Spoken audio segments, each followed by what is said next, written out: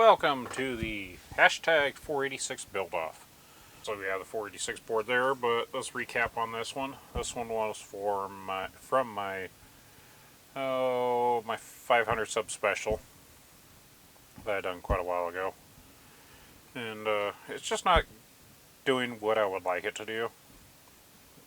What I'm wanting is a good all-around 486 system, and this board is just not going to allow me to do that. So, I rescued this one out of a more dingy, crusty case and decided to use it in the big case here that I got. So this one should fit the bill. Unfortunately, it is already got pre-installed the AM5 x86 with it being rated a Pentium 75, which, yeah, it's still a 486 motherboard, but Pentium rated CPU. But it's a AM5 X5 133ADZ. And I have not removed this, as you can see. Don't want to void that warranty if removed. I'm just going to leave it alone. This board had a bad rap for quite a while and actually caused a lawsuit with PC Chips, being PC Chips board. And the plus side of this is we have onboard IDE and floppy controller. I guess it's a good thing because it's going to be tight and there's not much room working with different cards and whatnot in here. And from what I'm going to use, it's going to be tight as it is, because I'm pretty much just using all the ISA with the VLD one there. Until later on, then eventually I'll upgrade it to a PCI video card probably. So I don't need the controller card on here, unless this goes haywire for some reason. Anyway, the RAM installed on it, I have no clue how much. The last one is definitely a different one. Powman on the first three. I don't know what the heck that other one is.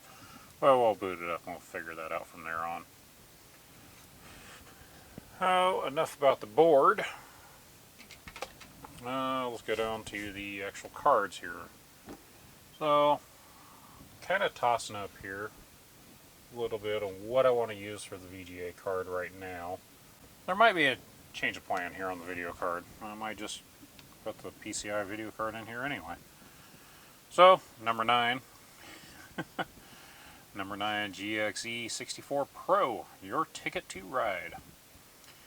No, this one does not have the hidden messages on there, working 8 days a week from the Beatles or anything like that.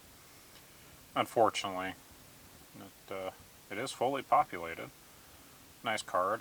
It has got the S3 Vision 964 chip on it. Fortunately, S3 kind of killed number 9 video cards. Which, yeah, that's a sour subject. But I'll probably end up using this one. Well, a few things have changed. Mainly sound card. The MediaVision card is not going to work for me right now. I need to do some further DAG on it and figure out why I'm not getting full volume out of the music section. Get full volume out of the sounds, but that's about it. Did the field test, replaced a couple of the caps on there. There's only 2 on there. And so we're just going to have to track that one down a little further. If anybody has any ideas, let me know. Could be the crystal chip too, for all I know. Could even be a headphone jack, for all I know.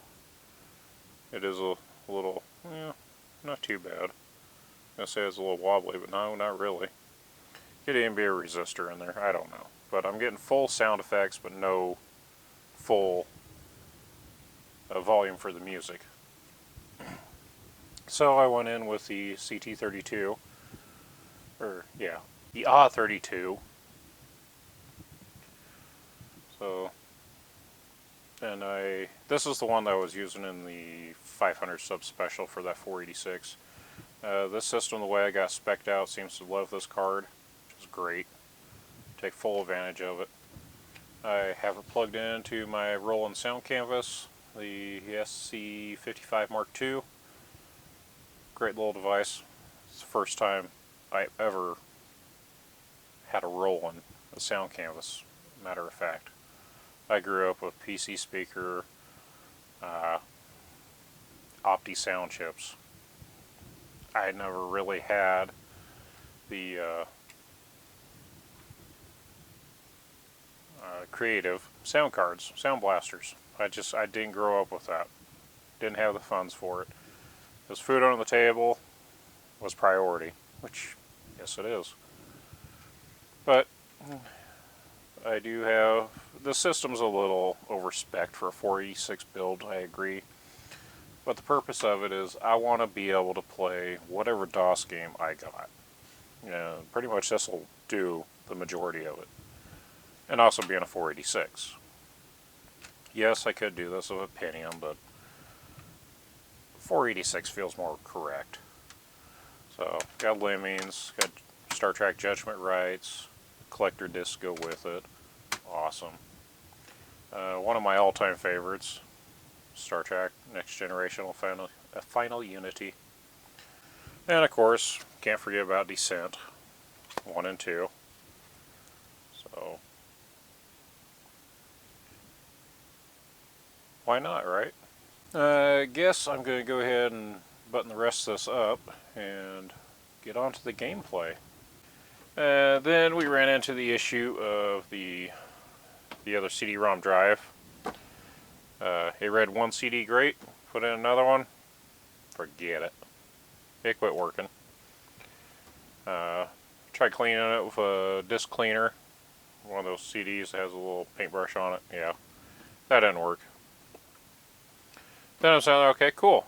I'll fix that, replace it with a newer model, but more of an equivalent color base for the system itself. So at least that all matches now. Then, so okay, cool. Let's see if the 5 1/4 inch drive works. Yeah, I quit trying to see if everything works after that. We're just gonna leave this as is for now and don't think about it. But I do have sound, and I actually pulled out some of my older Creative Labs monitor speakers here, which I forgot how good those things sound. So I'm probably going to get rid of my other system speakers in here. I'll probably use them somewhere else and do away with that. Anyway, on to what is important on this thing.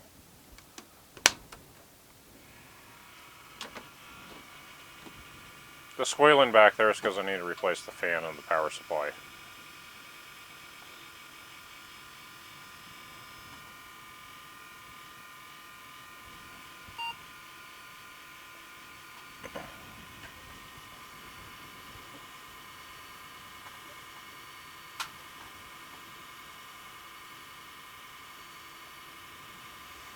So we do have a 1.5 gig hard drive in here, which is plenty for a DOS system for most cases.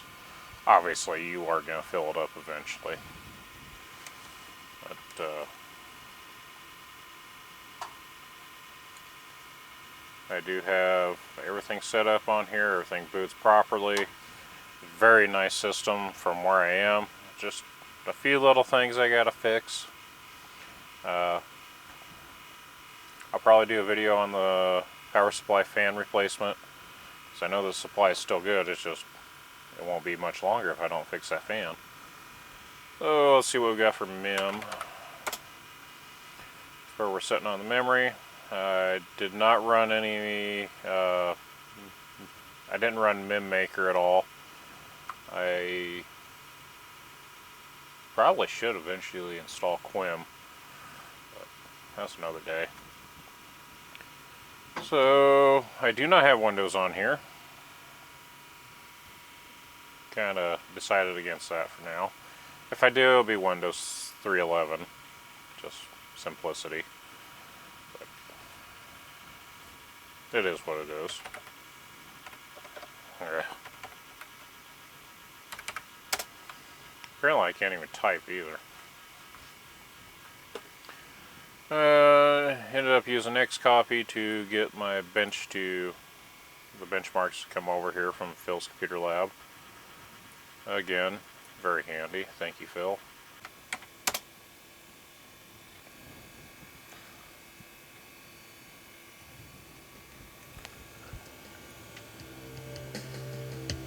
Now, this one is running off the Roland sound canvas through the AW32, through the game port back there.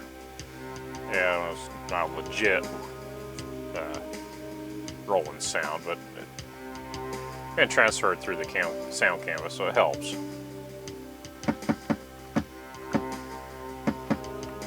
And the sound FX is turned up a little high. There we go.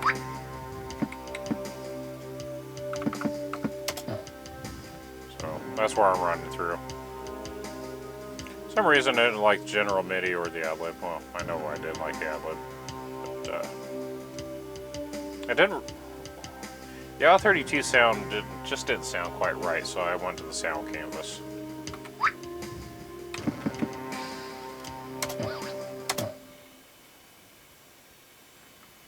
So that one is sounded pretty nice. Of course, we'll do everybody's favorite sound.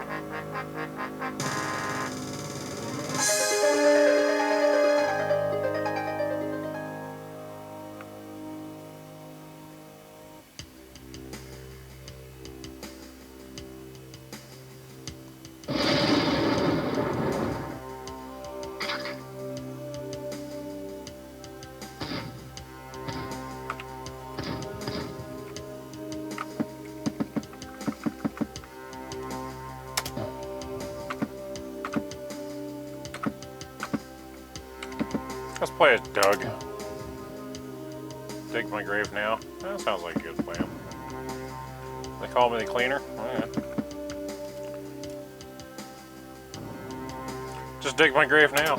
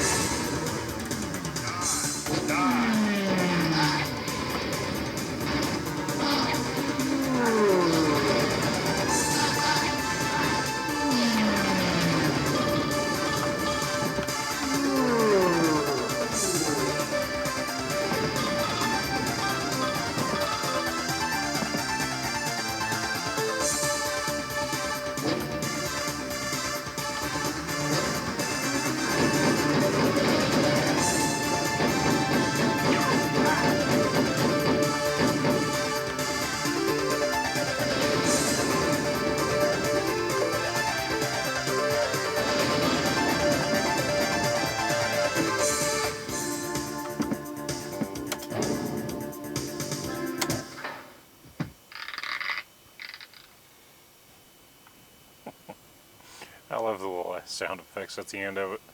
So, there's rot.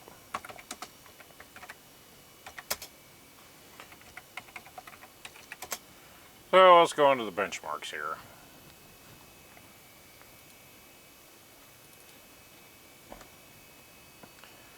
So since this is a higher end system, obviously I should probably run the higher end benchmark here. So let's go ahead and do the Doom Max details for faster PCs. And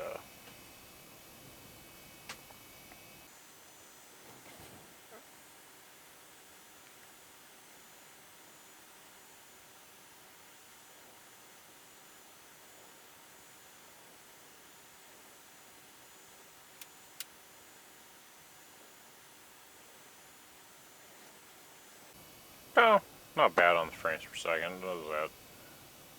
Over 30, roughly. So, not bad. Actually, it's really good for this. I'm not gonna lie.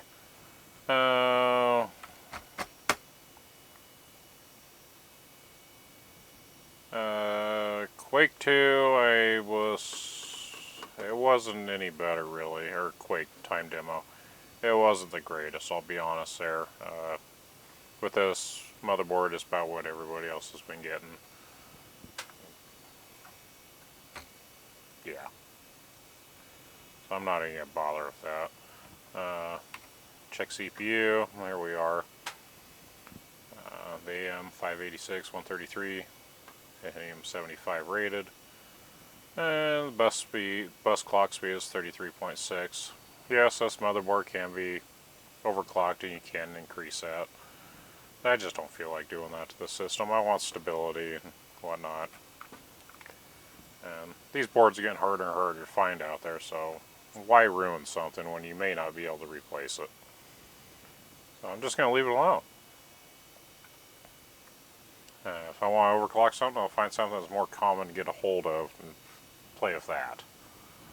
This just isn't feasible anymore.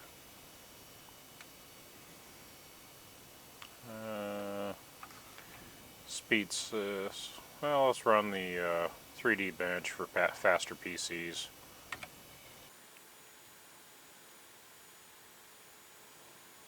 So I'll score a 76.6.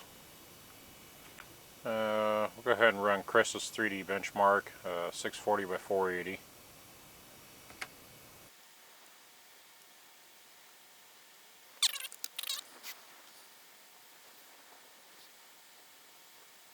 .5. That is 16.5 frames per second. So, another good one. PC player benchmark, I'll run it at 640 by 480.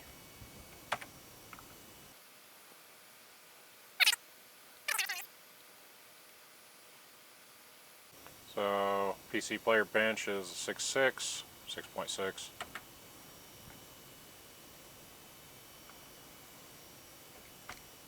And let's see. I'm going to pull up system information.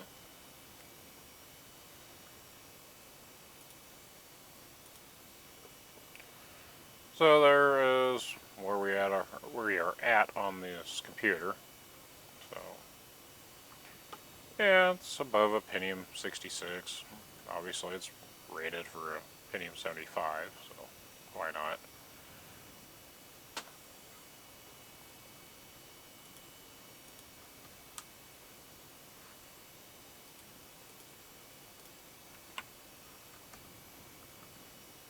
And the VGA boost does absolutely nothing for me, so I'm not even going to bother with that. Other than that, it's a pretty solid system. I guess I need to hit the right key to exit out of there. But, plus side is to it, I can actually run TIE Fighter, not a problem. In the last one, if you remember right, I was having issues with it being kind of sluggish. Door doesn't want to shut all the way for me half the time. Oh.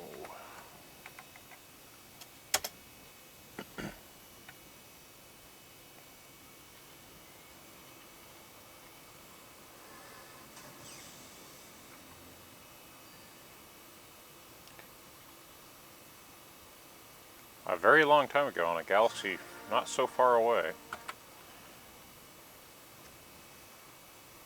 So, yeah, I'm actually surprised how well it runs.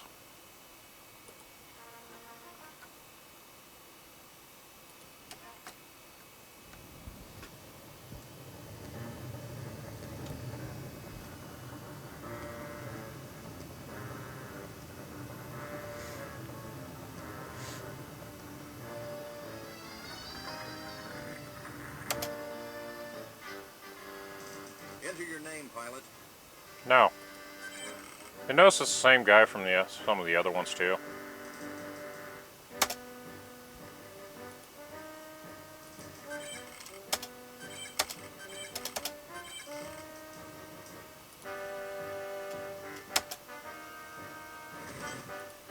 Guess helps if you click where you're supposed to go.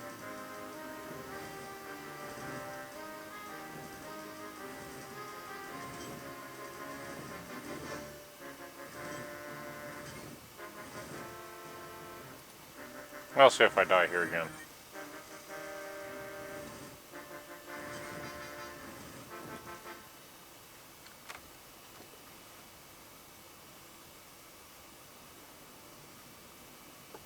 Be much better if I had Incoming ships. They are entering the area near Void B-18. the joystick hooked up. Alpha 1, inspectable craft. Fred is requesting permission to pass through this sector. Yep. Transport's requesting permission to pass through this sector.